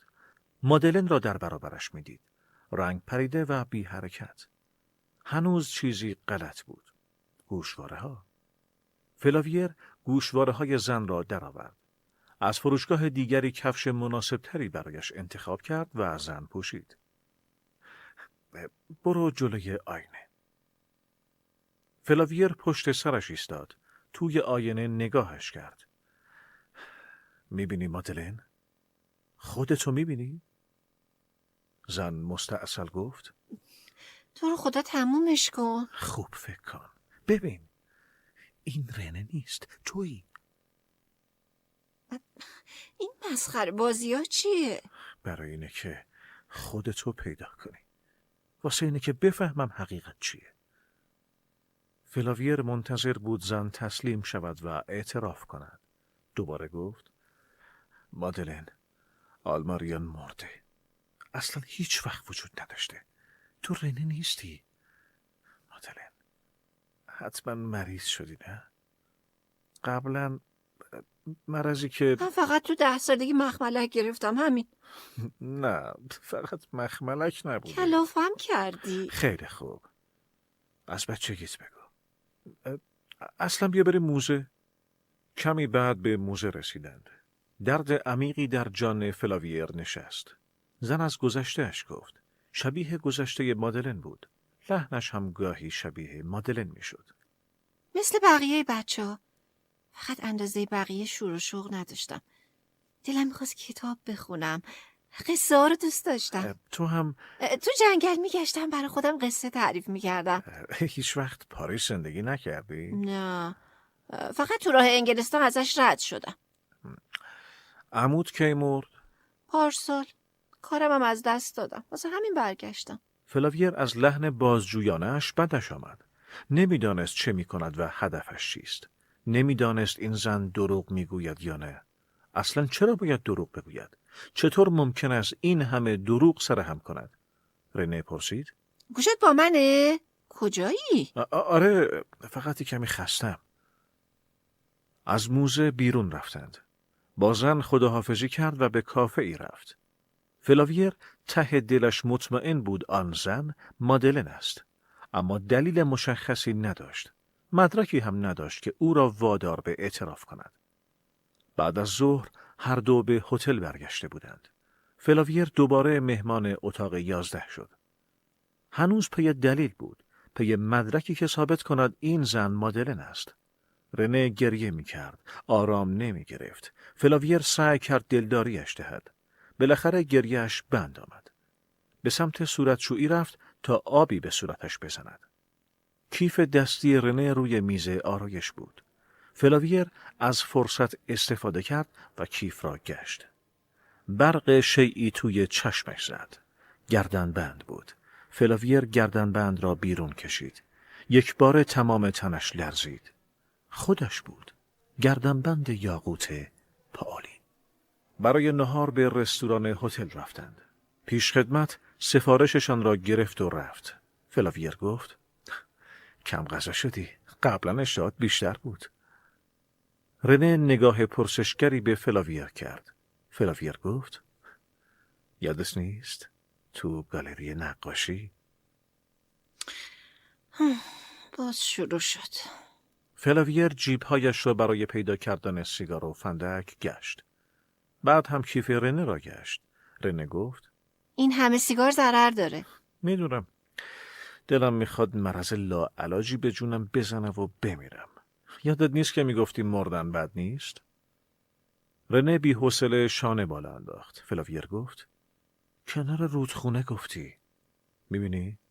نه احمقم نه آلزایمر دارم.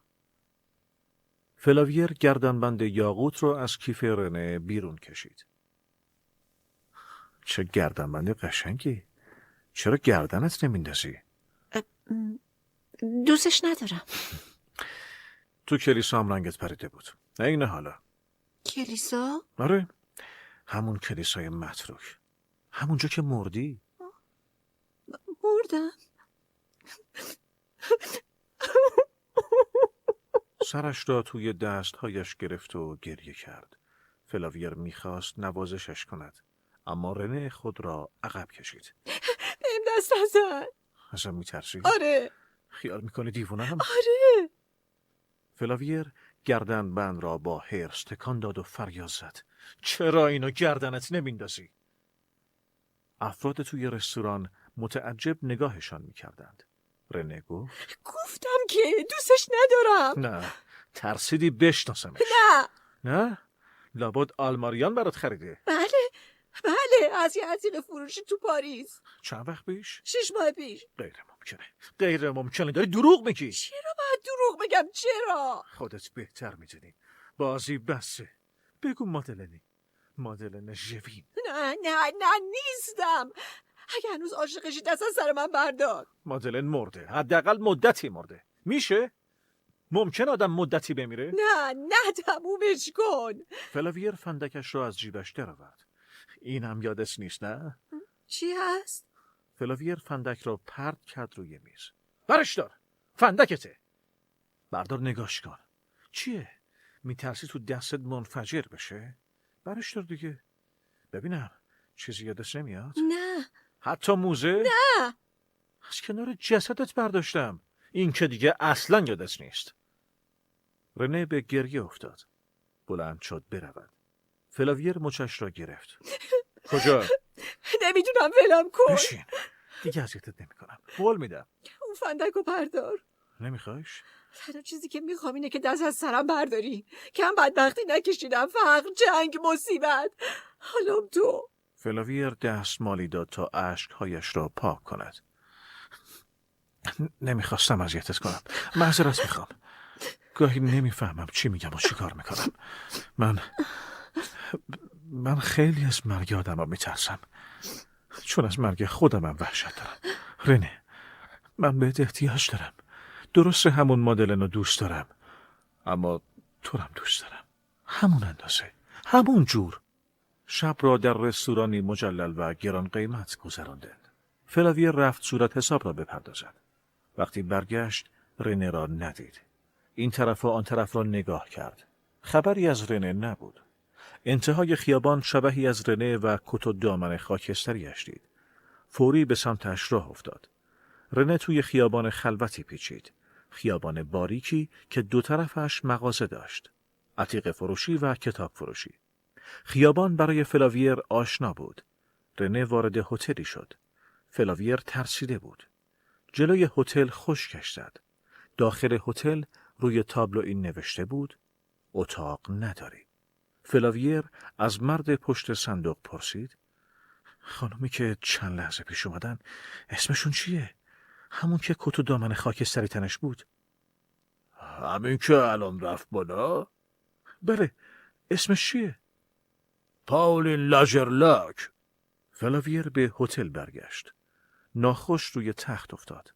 صبح فردا که چشم باز کرد، رنه آماده میشد. فلاویر با صدای خفه‌ای پرسید: کجا؟ آرایشگاه. بعدم میرم جوراب بخرم. آرایشگاه رفتن و جوراب خریدن واقعی بود. خیال فلاویر راحت شد. اطمینان خاطر داشت که رنه راست میگوید. رنه پرسید: اشکالی داره؟ تو که زندانی نیستی. خوب میدونی کسی که زندانیه منم. کلافم میکنی. باز چی شده؟ رنه، مادلن، پاولین، تکرارش چه دردی و دوا میکنم. برو. رنه به سمت در رفت. فلاویر پرسید: برمیگردی؟ ها؟ معلومه. منو ببخش. استراحت کن. اینقدر از مغزت کار نکش. رنه رفت. فلاویر دلش میخواست توی راهرو اسم مادلن را فریاد بکشد. دلش میخواست شب و روز این زن را تعقیب کند. مبادا از چنگش بگریزد. مادلن ژوین و آلماریان را پشت سر گذاشته بود و به فلاویر رسیده بود. حتما روزی از او هم خواهد گذشت. از جا بلند شد. لباسهایش را عوض کرد. در رستوران هتل صبحانه‌ای خورد. از متصدی هتل نشانی آرایشگاه زنانه اطراف هتل را گرفت. راه افتاد. آرایشگاه را به راحتی پیدا کرد. مثل گداها صورتش را به شیشه چسبان تا رنه را ببیند. رنه زیر کلاه عجیب و غریبی نشسته بود. خیالش راحت بود. به کافه‌ای نزدیک آرایشگاه رفت و نهار خورد. باید اطمینان این زن را جلب می‌کرد. نباید سؤال و جوابهای اضافی کلافش می‌کرد. باید از کنایه‌های راه و بیراهش دست برمی‌داشت. اما نه. مادلن ماندنی نبود. بالاخره میرفت. بالاخره او را با 1000 سؤال بی جواب تنها میگذاشت. غرق فکر و خیال بود که مادلن را وسط پیاده رو دید. با همان رنگ و مدل مو. فلاویر شتابان از کافه بیرون زد. قلبش به تندی میتپید. پشت سرش راه افتاد. بی هوا به آدمها تنه میزد. زن به سمت هتل نمیرفت. خیال فرار داشت. مادلن رفت و رفت تا به ساحلی رسید. کمی درنگ کرد. بعد به سمت لنگرگاه رفت. قصدش چه بود؟ کشتی سواری؟ خیال بافی؟ تماشا؟ نکند دوباره میخواهد. فلاویر قدمهایش را سریع‌تر برداشت. مادلن هم. فلاویر آنقدر دوید تا به مادلن رسید. دستش را روی شانه‌اش گذاشت. به تندی برش گرداند. فریاد زد: چیه؟ بازم نامه نوشتی؟ بدش به من. زن تقلا کرد. کیف سیاهش افتاد و باز شد. نامه بیرون افتاد. فلاویر سعی کرد پایش را روی نامه بگذارد. اما باد نامه را توی آب انداخت. فلاویر داد میزد: از آرایشگاه دنبالتم. چرا آمدی اینجا ها؟ چی تو نامه نوشته بودی؟ نامه خداحافظی بود؟ آره. بعدش چی کار میخواستی بکنی؟ میخواستم برم. هر جا دیگه تحمل ندارم. پس من چی ها؟ من چی؟ بیا. وارد خیابان باریکی شدند. فلاویر ایستاد. زن را هم نگه داشت. حالا دیگه وقتشه که بگی مادلنی. زود باش. نه. پس کی هستی؟ رنه سورانژ. دروغه. نه. فلاویر دلش میخواست زن را تا حد مرگ بزند. فریاد کشید: تو مادلنی لعنتی. میدونی چرا؟ چون به صاحب هتل گفتی اسمت پاولینه. میخواستم گم و گوشم. میخواستم پیدام نکنی. چرا؟ چون دلت میخواست من همون مادلن باشم. میدونستم میپرسی. میخواستم رنه کوفتی رو فراموش کنی. آرایشت رنگ و مدل مود چی؟ گفتم که واسه از بین بردن رنه. تو رنه رو دوست نداری. تو دنیای تو فقط مادلن وجود داره. نه تو رو دوست دارم. تو زنده ای. مادلن مرده. از دستم رفته. تو رو میخوام نگه دارم. چرا میخواستی ولم کنی ها؟ به خاطر سوالام؟ هم سوالات هم چیزای دیگه. قول میدم دیگه هیچی نپرسم. قول میدم. دست خودت نیست بدبخت. وایسا. گوش کن. تو فقط اعتراف کن مادلنی. قول میدم دیگه هیچی نگم. اصلا از اینجا میریم. هر جا تو بگی. من مادلن نیستم. این همه لجاجت واسه چیه؟ تو مادلن نیستی؟ پس چطور مثل مادلن به خلا خیره میشی؟ چطور مثل مادلن تو ماورا سیر میکنی؟ زن به گریه افتاد. فلاویر دوباره از رفتارش پشیمان شد. دلداریش داد. در طول مسیر دوباره از او خواست اعتراف کند مادلن است. زن شانه بالا انداخت. هوا تاریک شده بود. هر دو گرسنه بودند. به رستورانی نزدیک ساحل رفتند. غذا سفارش دادند. اما مادلن چیزی نمیخورد. به نقطه نامعلوم خیره شده بود. فلاویر این خیرگی را خوب میشناخت. بلند شد. از پشت سر به مادلن نزدیک شد و آرام گفت: اعتراف کن. زن آهسته به پشتی چوبی صندلی تکیه داد و گفت: من مادلنم.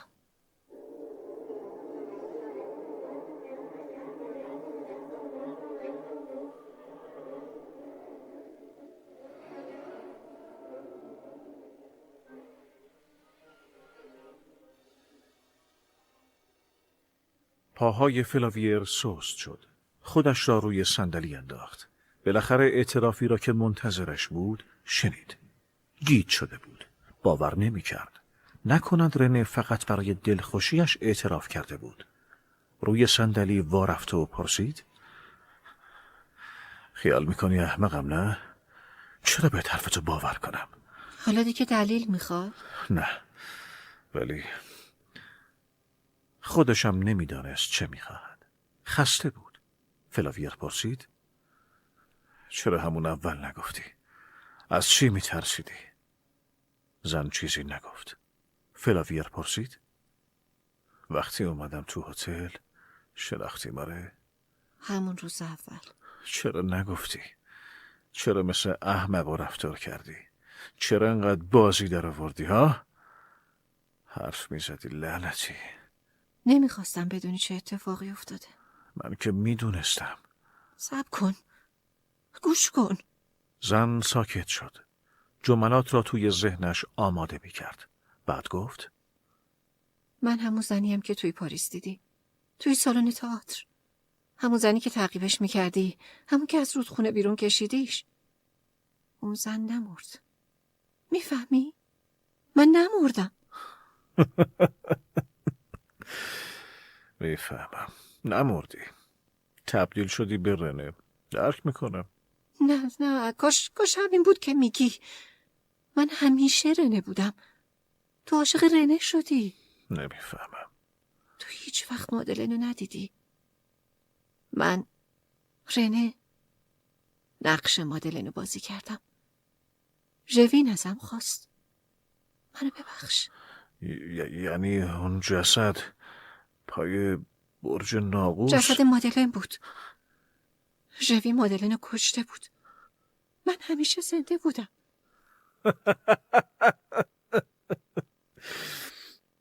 دروغ محضه. چون ژوین مرده همچین خزعبلاتی ها بهش نسبت میدی نه؟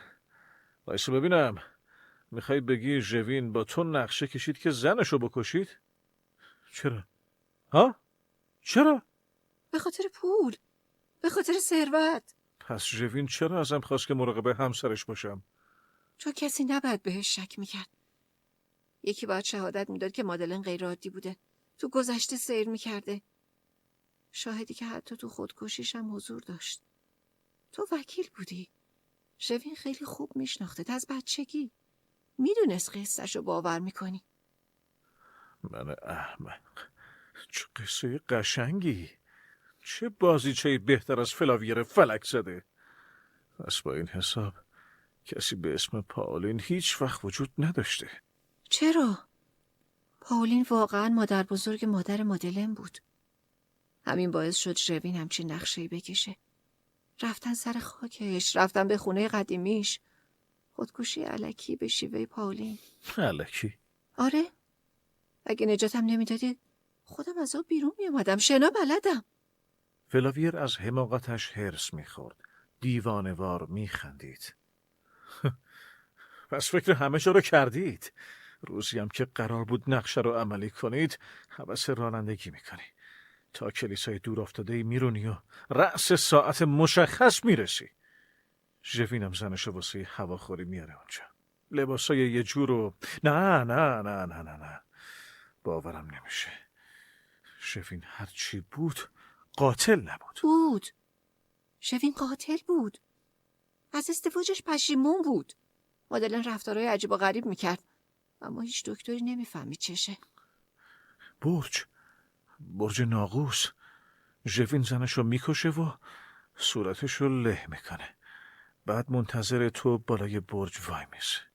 میدونه نمیتونم باهات بیام. آره میدونه چقدر بدبختم. سرگیجه لعنتی.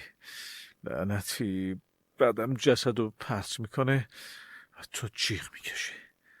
بعدم دوتایی از بالا نگاه میکنید و بریشم میخندید. همه چیز درست پیش بینی کرده بود جز سکوتم. نمیدونست هیچ وقت حاضر نیستم به بی ارزگیم اعتراف کنم.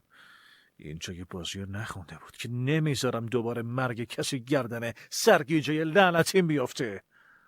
درست میگفت. پلیس در تحقیقاتش به ثروت زن رسیده بود. انگیزه خوبی برای شوهر بود.